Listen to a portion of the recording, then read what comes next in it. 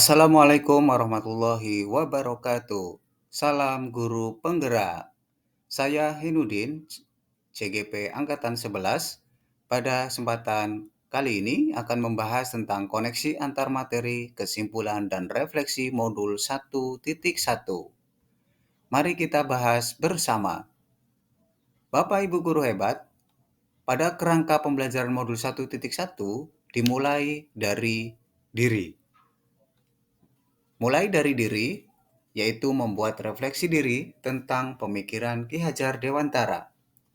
Yang kedua, ada eksplorasi konsep. Eksplorasi konsep untuk memperdalam pemahaman kita mengenai konsep pemikiran Ki Hajar Dewantara. Yang ketiga, ada ruang kolaborasi. Memberi ruang untuk berkolaborasi dengan sesama calon guru penggerak untuk mengeksplorasi nilai-nilai luhur sosial budaya di daerah untuk menebalkan kekuatan kodrat murid sebagai manusia dan anggota masyarakat. Bapak Ibu guru hebat, kita lanjutkan yang keempat, demonstrasi kontekstual. Di mana peserta calon guru penggerak mendesain strategi dalam mewujudkan pemikiran Ki Hajar Dewantara, yaitu pendidikan yang berpusat pada murid sesuai dengan konteks diri murid dan sosial budaya di daerah asal. Yang kelima, ada elaborasi pemahaman.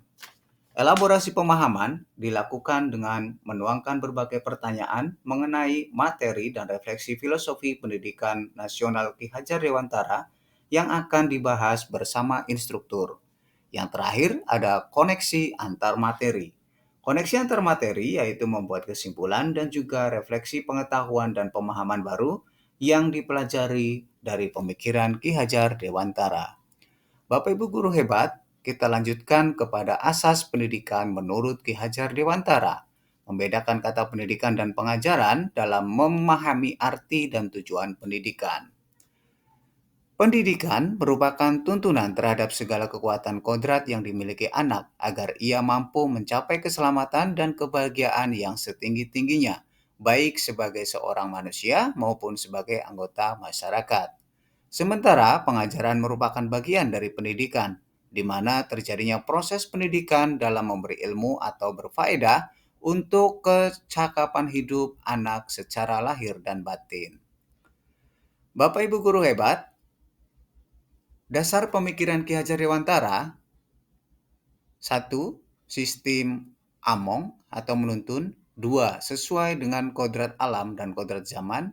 3. Berpihak pada murid. 4. Budi pekerti. 5. Trikon Ki Hajar Dewantara, kontinu, konvergen, dan konsentris. Keenam, merdeka lahir dan batin. Ketujuh, bukan tabula rasa. Dan yang terakhir, pendidik seperti petani atau tukang kebun. Nah, hal apa yang saya rasakan sebelum saya mempelajari modul 1.1? Hal yang saya percaya tentang murid dan pembelajaran di kelas sebelum saya mempelajari modul 1.1 adalah sebagai berikut. 1. Pembelajaran lebih dominan dilakukan oleh guru. 2. Siswa diperlakukan dengan cara yang sama. 3. Sering mengeluh jika banyak siswa yang tidak tuntas setelah diberikan evaluasi. 4.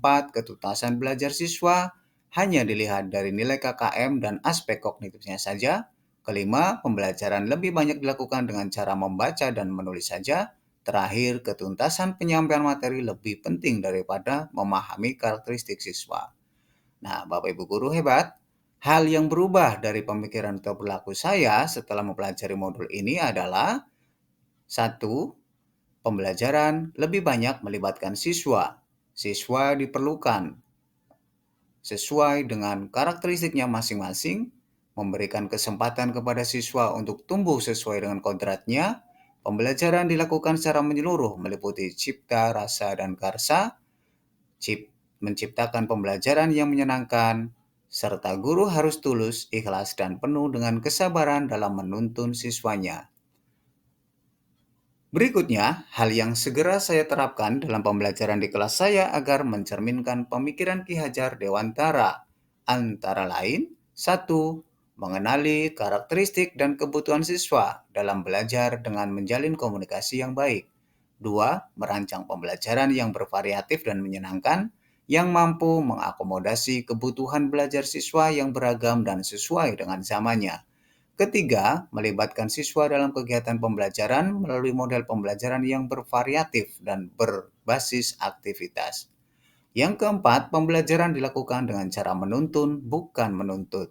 Serta yang kelima, pembelajaran tidak hanya berfokus pada kognitif saja, melainkan juga memperhatikan aspek afektif dan psikomotor siswa.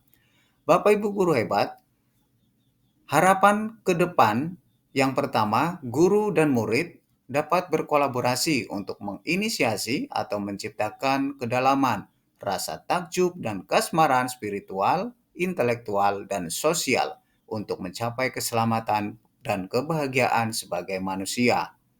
Kemudian siswa dan guru merdeka belajar yang berkolaborasi bersama menggali dan mengembangkan potensi siswa dan mengakomodasi karakteristik masing-masing untuk mewujudkan student well-being.